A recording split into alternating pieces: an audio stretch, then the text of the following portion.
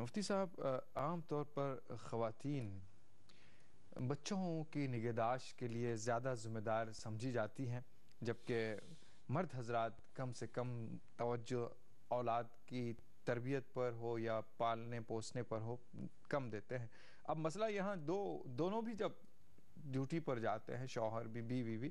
بچوں کی نگہداشت پر کافی اثر پڑتا ہے۔ ایسے حالات میں بچوں پر کافی اثر پڑتا ہے، ان کی نفسیات اور ان کی جو محبتیں جو بچوں کو ملنا چاہیے نہیں مل پاتی ہے۔ تو ایسے ماحول میں دونوں کو کیا ذمہ داری نبھانی چاہیے؟ جن کو اللہ تبارک و تعالیٰ نے صاحب اولاد بنایا ہے وہ تو اللہ تبارک و تعالیٰ کی نعمت سمجھیں اپنی اولاد کو۔ دونوں کا اپنی اولاد کو گھر والوں کے رحم و کرم پر چھوڑ کر چلا جانا یقیناً وہ اپنی ذمہ داری سے گویا کہ تساہل برتنا ہے،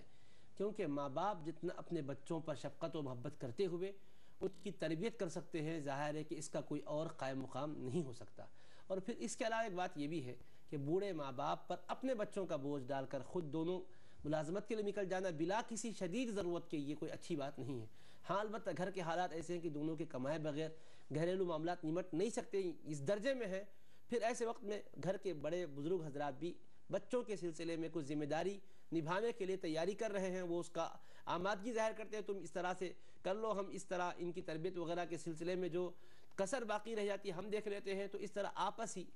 میل ملاپ کے ذریعے سے، مشاورت کے ذریعے سے یہ معاملہ ہو سکتا ہے۔ لیکن جہاں ایسی کوئی شدید ضرورت نہیں ہے، بچوں سے بے خبر ہو جانا اچھی بات نہیں ہے، کیونکہ آج کے دور میں جبکہ بے حیائی کے چوپٹ دروازے کھلے ہوئے ہیں، اپنے بچوں کی طرف آپ اگر متوجہ نہیں ہوں گے تو یہی بچے کل کے دن معاشرے کے لیے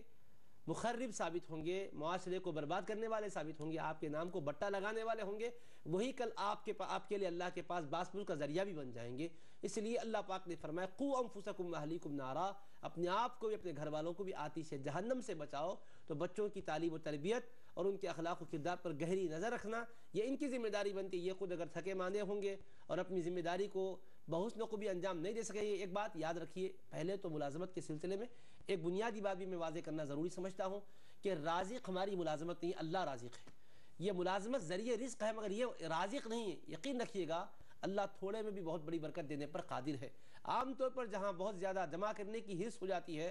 10 آدمی بھی کمائے تو آدمی سیر نہیں ہوتا ہے، کیونکہ رسول پاک علیہ السلام فرمائے لو کان لابن آدم وادیان من ذهب لابتغى ثالثا وما يملأ فاه الا التراب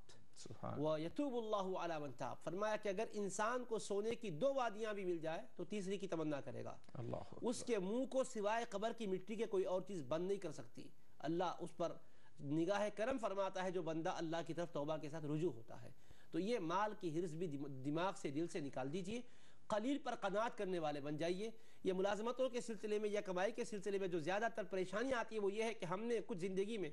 غیر ضروری چیزوں کو ضروریات زندگی بنا کے رکھ لیا ہے، جس کی وجہ سے اس کو ہم پورا کرنا چاہتے ہیں، نہیں کر پاتے، تو لہٰذا اب آپ بھی کرو، بچی بھی کرے، بیوی بھی کرے، یہ بھی کرے، وہ بھی کرے، کماتے کماتے کماتے کماتے بچیاں بڑی ہو گئی ہیں، ان کے صنفی تقاضے پورے نہیں ہو پا رہے ہیں۔ اور بعض ایسے ہم میں کے ظالم ہیں کہ بہنیں کما رہی ہیں یا بیٹیاں کماری 40 سال تک پہنچی ہوئی ہے، بس بیچاری پر کمانے کا بوجھ ہے۔ یہ ایک بڑی بہن ہے، بچے بھی ہے، بیچاری بچوں کی ماں بھی بن گئی مگر کما کما کے سب کو کھلاتی پلاتی جاتی ہے اور بے رحمی کے ساتھ بچے خرچ کرتے ہوئے پھر رہے ہوتے ہیں۔ تو یہ سارے کے ماحول کے اندر جو درائی خرابیاں ہیں اس کا ازالہ کرنا ہماری ہی ذمہ داری ہے۔ کسی اور کے بارے میں ہم توقع کر کے بیٹھیں گے کہ وہ شاید خرابیوں کو دور کریں گے تو یہ ہونے والا نہیں ہے۔ ہر ایک اپنے تئیں جہاں خرابی در آ رہی ہے اس کو ختم کر کے معاشرے کے اندر، اپنے گھر کے اندر سدھار لائیں، سنواریں اس کو۔